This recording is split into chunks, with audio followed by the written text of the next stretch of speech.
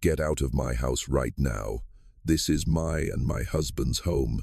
There's no room for freeloaders like you." Zarya growled, her eyes as sharp as knives. Nadine Whitlow froze, her heart aching. It wasn't because of the insult, but because she realized her silence had turned her daughter-in-law into an aggressive tyrant. Nadine had given this house to her son with all her heart, but now it was being taken over. Zarya didn't know that the person she was driving away wasn't a freeloader, but the one with the highest authority. After finally landing a stable job, Jordan was ready to move out and live on his own.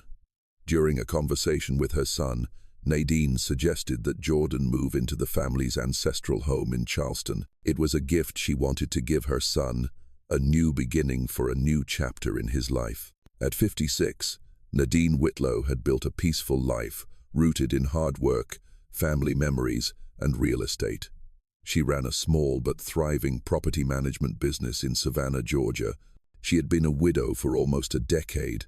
Her husband, Walter, had passed away from a heart attack 12 years prior, leaving behind their only son, Jordan, who was her entire world. When her mother passed away 3 years ago, she left Nadine the house in Charleston, South Carolina.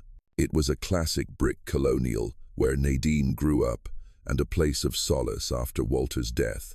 The house, filled with memories, had now become the precious gift she wanted to give Jordan. At 29, Jordan had finally found his footing.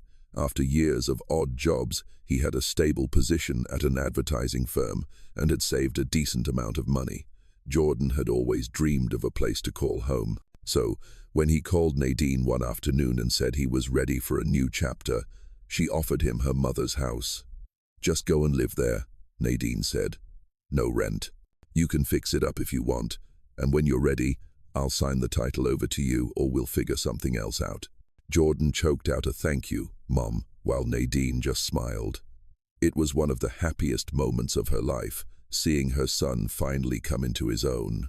Nadine handed over the keys with joy, but she had no idea that the woman her son would bring home would be the one to try and take everything away. The girl was Zarya, whom he had met through friends in Atlanta.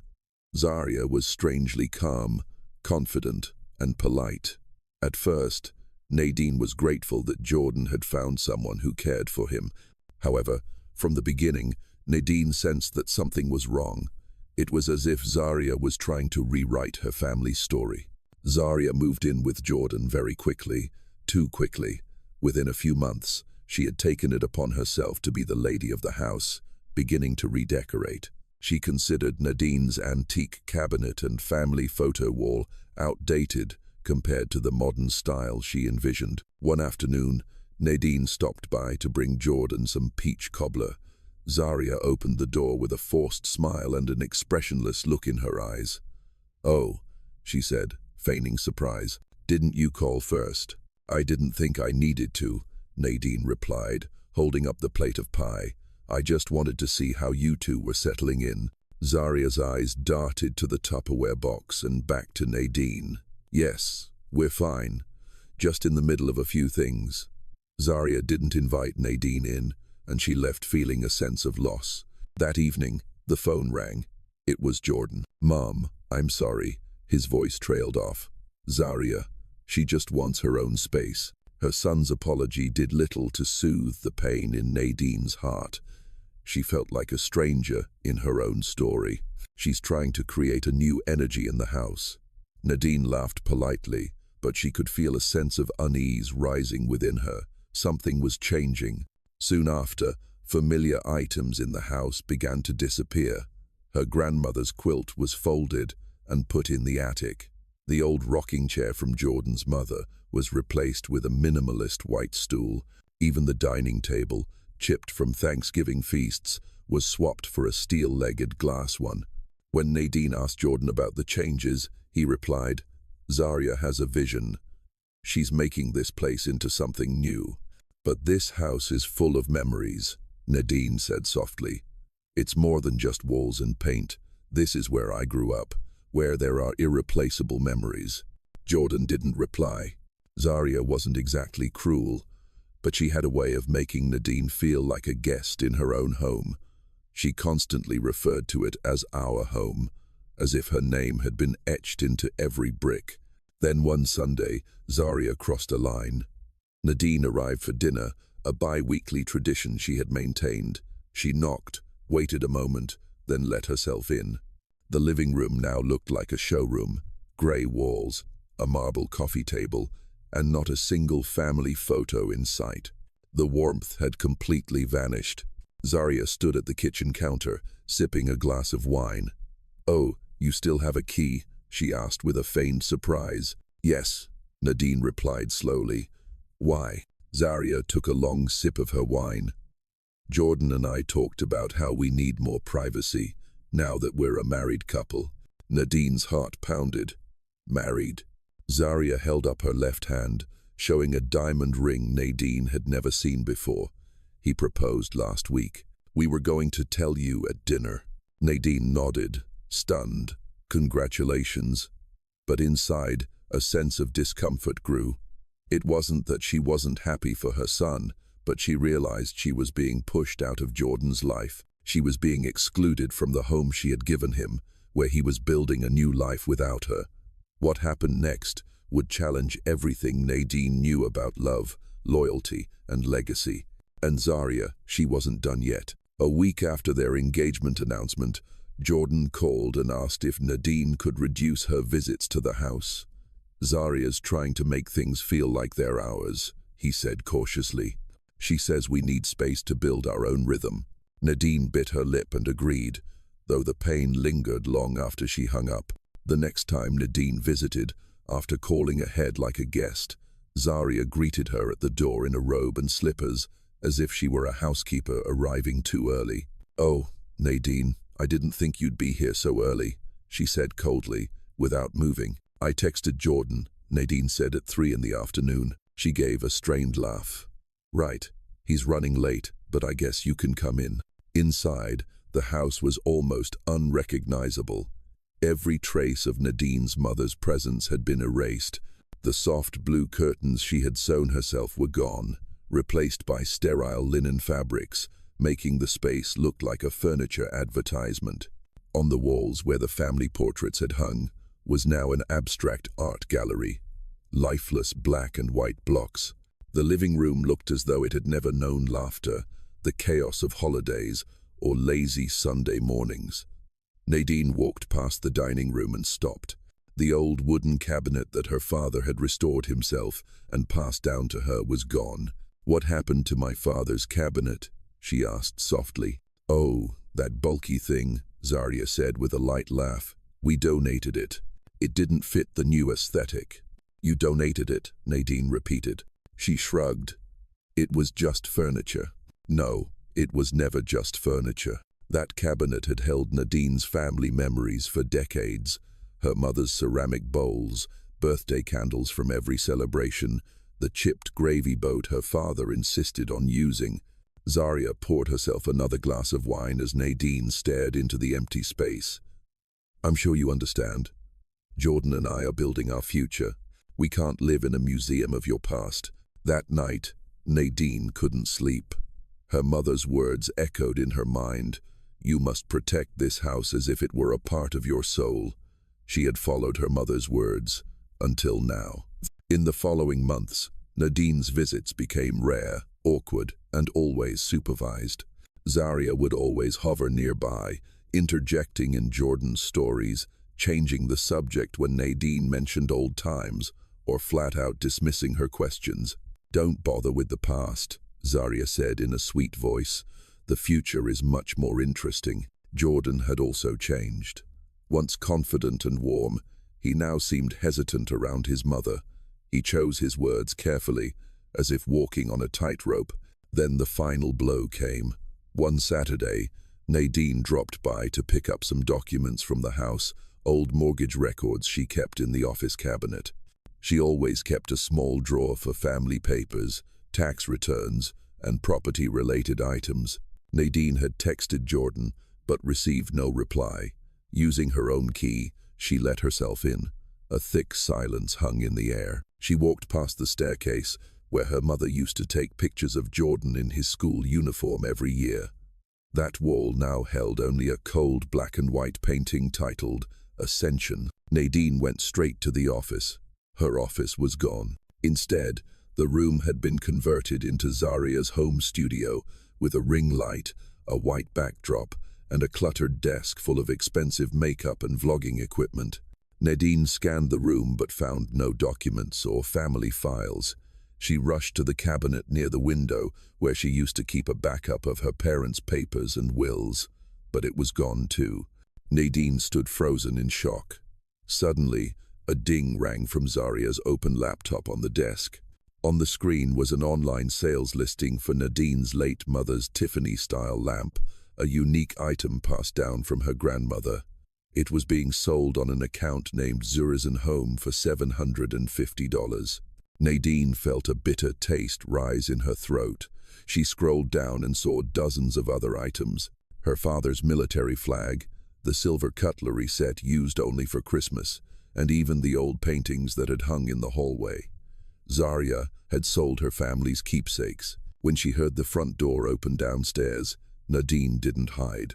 Zarya's heels clacked on the hardwood floor. She called out loudly, "Jordan, you're back." Nadine slowly walked down the stairs, her heart pounding. When Zarya saw her, her eyes narrowed. "Nadine, what are you doing here?" "I came to get some documents." "Where's Jordan?" She crossed her arms. "Out with friends." "Didn't you know you're not welcome here?" Nadine held her gaze. "Do you know that you've been selling family heirlooms?" Zarya's eyes flickered. "I don't know what you're talking about." "I saw the listings," Nadine said. "My mother's lamp, my father's medal.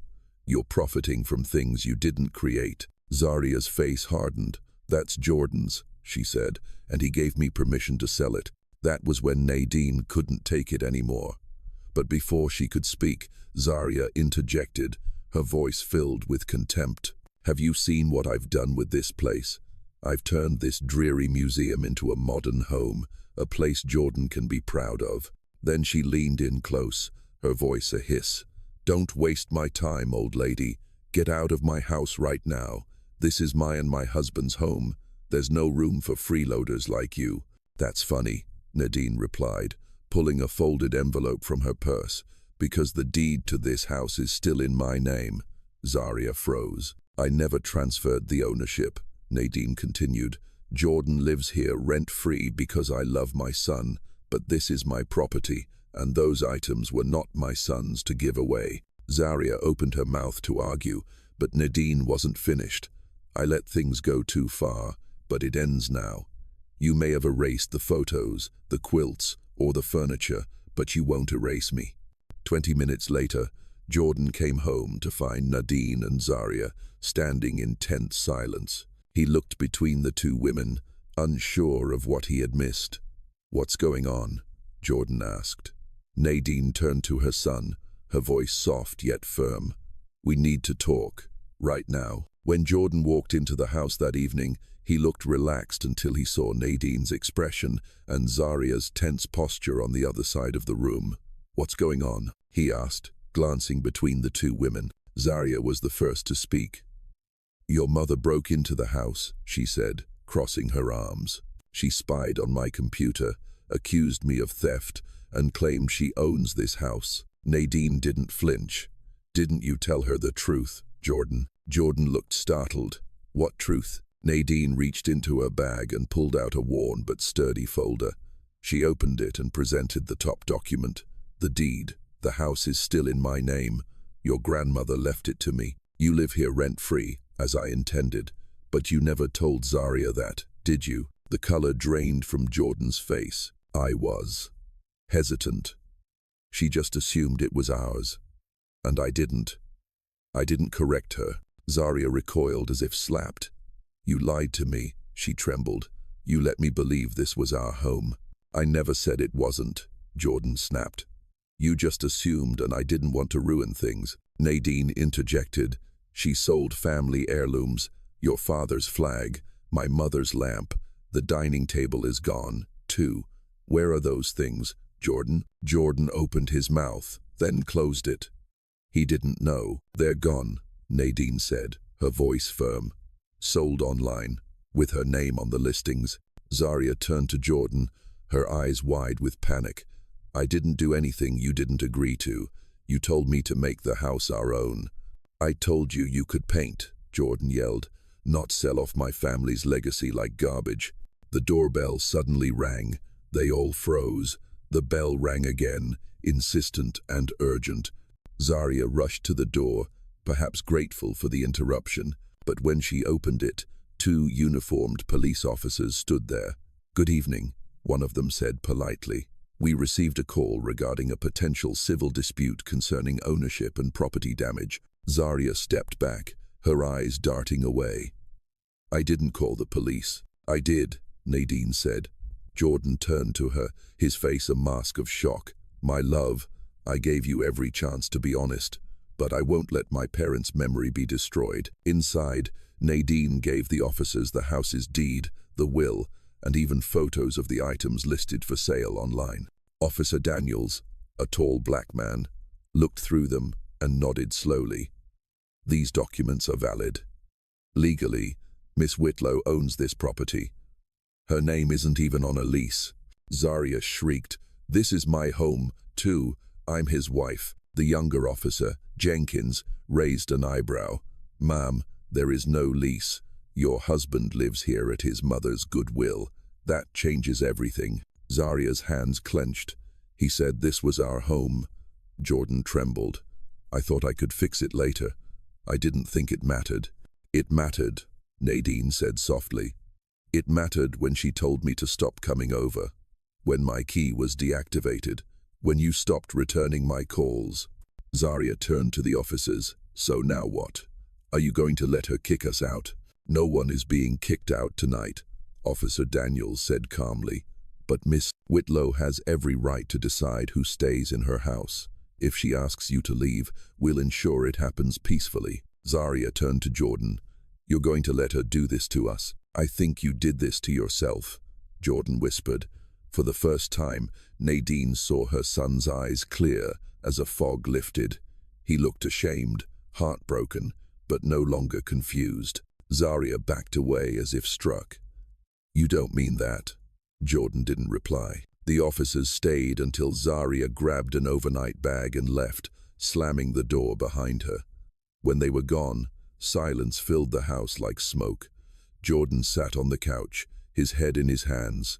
"I never meant for any of this to happen," he whispered. "I know," Nadine said and sat down beside her son. "But it did." Jordan looked up at her, his eyes wet with regret. "I let her push you out. I let her push me around, too. I thought I was building something, but I was just running away." "Grief makes us vulnerable," Nadine said. "But running away doesn't protect you, it just postpones the truth." They sat like that for a long time, in a house that was once filled with warmth, now stripped bare by ambition and silence. When Jordan did something that surprised Nadine, he went upstairs. About 10 minutes later, he returned with a dusty box from the attic. "I found this earlier," he said, placing it on the coffee table. "It's Grandma's old letters, photo albums, and her favorite church cookbook." Nadine slowly, reverently opened the box. "Let's start putting things back together," he said. And they did. That night, Jordan and his mother stayed up until nearly 2 a.m., poring over old photos and handwritten notes. They sat cross-legged on the living room floor, surrounded by worn envelopes, recipes, and Polaroid pictures that smelled of cedar and thyme. Each picture told a story. There was Jordan's first birthday, with cake smeared all over his cheeks. There was Nadine's mother, in her Easter bonnet, holding a sweet potato pie. There was Walter standing at the grill, wearing an apron that read "Kiss the Cook," smiling so genuinely as if life were just that simple. Jordan chuckled, pointing at a photo of a turkey on the floor, and Nadine looking annoyed in the background with a mop. "This is the day Dad dropped the turkey," Jordan said, "and your grandma refused to eat it even though we washed and re-roasted it, right?" Nadine added, laughing out loud. In that laughter, Nadine heard something she hadn't heard in months: relief, joy, and the sound of something healing. Jordan looked up at Nadine. "I didn't know how to say it before, but I'm sorry for letting her push you away. for letting her change everything. Nadine took his hand. "You're still my son, Jordan. I never stopped loving you. I just wanted you to see what was happening before it was too late." Jordan slowly nodded. "I wanted to believe I had everything under control. I thought if I looked like I had a happy marriage, I wouldn't have to admit that I felt lost." They were silent for a long time. The quiet between them was no longer heavy, but honest.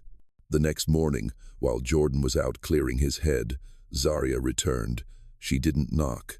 Nadine was in the kitchen when she heard the front door open and heels clacking on the hardwood floor. "Jordan," she called out. When she saw Nadine, Zarya's expression instantly changed. "Where is he?" "He's out," Nadine said, her voice calm but firm. "You should have called first." "This is still my house," Zarya snapped, walking past Nadine. "No," Nadine said softly, stepping in front of her. "It never was." Zarya let out a bitter, ugly laugh. "Do you really think this charade is going to change everything? Jordan loves me. He's just confused. And you're the one who caused all this trouble. You always were." "You erased my son," Nadine said, her voice unwavering. "You separated him from his family. That's not love, that's control." Zarya's eyes flashed. "I made this place better. I improved it. You want to talk law? I have rights, marital property. I put work into this." Nadine reached into a drawer and pulled out a letter from her lawyer. "Under Georgia law," she said, "you have no claim to this property unless you can prove you contributed financially, which you didn't. The deed is in my name. You have no standing." Zarya snatched the letter, her eyes scanning it. "I'll find a lawyer who disagrees with this," she spat. "Good luck," Nadine said calmly. "In the meantime, you are not welcome here." She lunged toward the hallway, perhaps out of habit, or looking for Jordan. But Nadine stepped in front of her again. "You need to leave." The fire in Zarya's eyes wavered, then flared up fiercely. "You think you've won? This isn't a fight," Nadine said. "This is about healing, and I won't let you poison this house any longer." Zarya grabbed her purse, her eyes still burning, then stormed out. That night, Jordan returned, and Nadine recounted the entire story. He didn't seem surprised. "She called me," Jordan said. "Left 4 voicemails, each angrier than the last, then suddenly sweet, then threatening." Nadine placed a hand on her son's shoulder. "Do you feel safe now?" He gave a weary smile. "I do now." The next day, they met with a lawyer to file for a formal restraining order against Zarya. The court granted the request based on her emotional manipulation, online sale of family property, and illegal entry. The case was resolved quickly. A week later, they discovered Zarya had taken more than just furniture. A neighbor called and said they saw her loading framed boxes into her car at night, long before they noticed the items were missing. It was his father's Navy medals, his mother's hand-painted porcelain figurines, and even the baby blanket Nadine had knitted for Jordan when he was born. She had hidden their family history like contraband. With a police escort, they went to a storage unit Zarya had secretly rented under a fake name, but it was linked to her email. Inside, they found the family heirlooms crudely packed in plastic bins and taped up boxes. The sight of it broke Nadine's heart. Jordan stood still, staring at his crumpled baby photos next to a broken Christmas ornament. "I thought she cared," he whispered. "She only cared about what you could provide her," Nadine said gently, "not who you really were." Nadine and Jordan managed to recover almost everything. Some items were damaged or lost, but the core keepsakes like the photo albums, the quilt, and his father's letters were returned to their rightful place. They were not just possessions, but a part of their family story. It took several weeks for things to settle down. After the restraining order was served and the storage unit was cleared, they began the slow process of rebuilding, not just the house, but themselves. Where it was once a battleground, it now began to feel like a home. They opened the old photo albums, spreading them out on the dining table that had been brought back, the same table Zarya had thrown out. As they flipped through the pages, they shared funny and sad stories. "I used to think this house was just a place," Jordan said, holding a photo of his grandmother sitting on the porch with her Bible. But it's not. It's our anchor. They painted the walls together, rehung the family photos, and placed the quilt back on the banister. Every action was deliberate, a gesture of respect and reclamation of their legacy. Jordan decided to go to therapy. He found a counselor who specialized in emotional abuse and recovery from toxic relationships. Each week, Nadine saw him stand a little taller, speak a little clearer, and reclaim the person he had almost lost. Meanwhile, Zarya's world unraveled. It turned out this wasn't her first time manipulating a relationship. Her background was exposed, 2 previous marriages that ended in restraining orders, and her late husband was still alive and had filed for protection years ago. Her interior design degree was also fake. Zarya tried to fight the restraining order in court, but quickly failed when confronted with her forged documents and the evidence of the stolen items. Eventually, she disappeared from their lives completely. Nadine sometimes still woke up wondering why things had gone so wrong. She had tried to give her son a solid foundation, but he had almost lost himself to someone who only saw that gift as something to be exploited. Then one Sunday evening, everything changed. Jordan arrived with a bouquet of sunflowers, his grandmother's favorite. "I have something to tell you," he said, placing the flowers in the old ceramic vase. "I found an apartment. I don't want to create distance, Mom, but I'm ready." Nadine smiled and nodded, tears welling up in her eyes. "I always knew you would be, and I want you to keep this house," he continued, "not just legally, but emotionally. I know this is your sanctuary, your grandmother's legacy." They hugged for a long time. The following weekend, they set up a family trust, ensuring the house would stay in the family, protected from any future troubles. The house was now something sacred, formal, and eternal. By the fall, the house was not just restored but healed.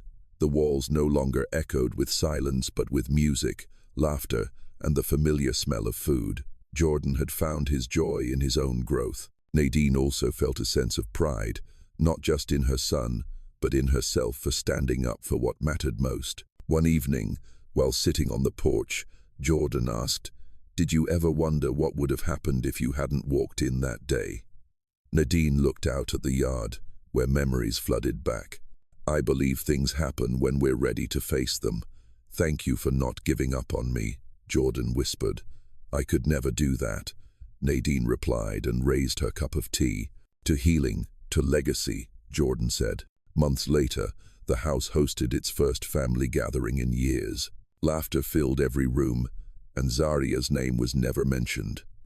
The house stood strong, vibrant, filled with memories, meaning, and love. This time, no one was questioning who its owner was.